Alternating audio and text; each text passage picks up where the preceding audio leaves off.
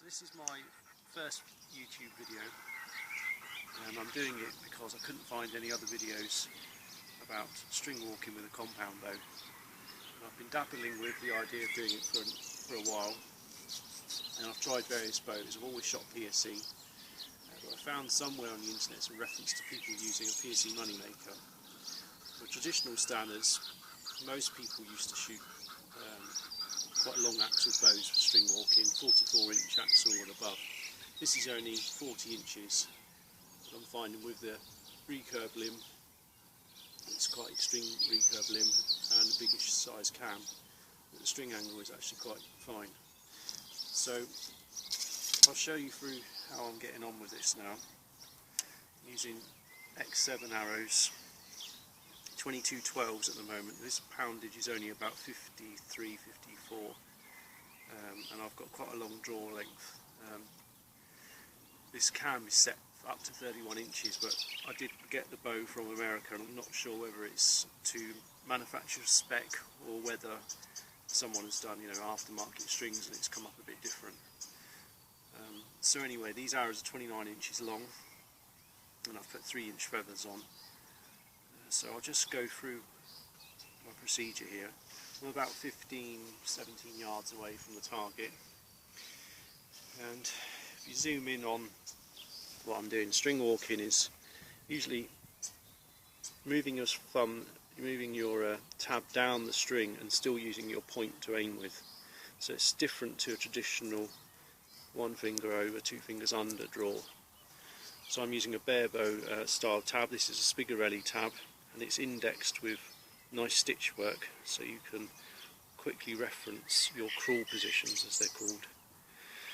So I'm going to go for what I remember my crawl positions are. I haven't really learnt them properly yet, but if I go down, say 1, 2 and a little bit more, a couple of serving threads down, and I pour my tab down to the top of that nail, and then I'm set now. So I'll take a shot and see how it comes out in the target. And I'm anchoring in the corner of my mouth. I'm lining the bowstring up with the riser, and the point just under the spot. And that's gone a little bit low.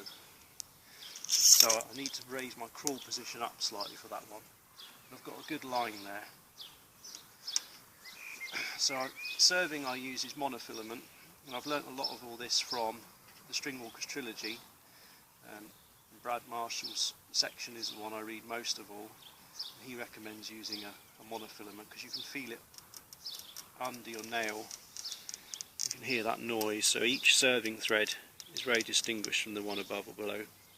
So again, before I used 1, 2 and a bit more, so I think I'll go just using 2 stitches on my tab.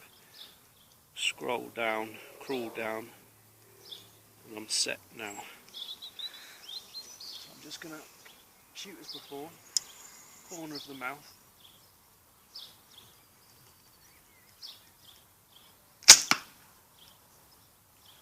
And that's hit the bottom of the X, so I could probably do with coming up 1 more stitch than previous. So if you do, I'll do 1 there and 2, so I'll go right on 2 this time.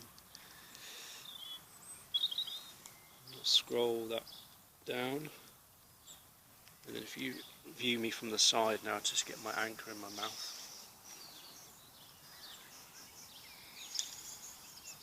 Ooh. Trying to draw that slowly for the camera, but the camera nearly pulled me back. And that's gone dead in the X. So let's walk up to the target and we'll see how that crawl position that I changed brought the arrows progressively up to the spot.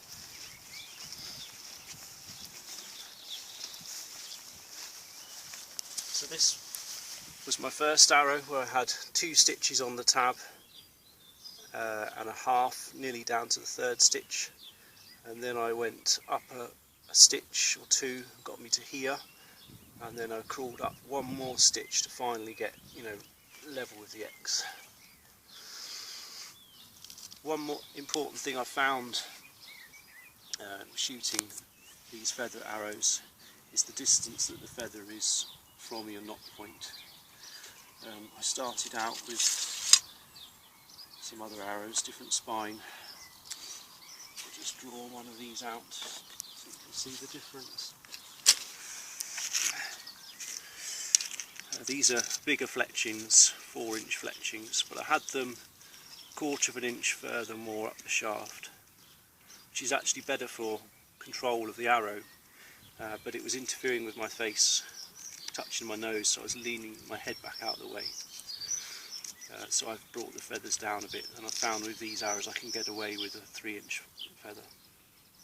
So that's the first instalment of my string walker guide, and I hope I will inspire some other people that string walk with compounds to put some videos out there too, and as I get better I'll video further back. So thanks for watching, give me a thumbs up and I'll see you again.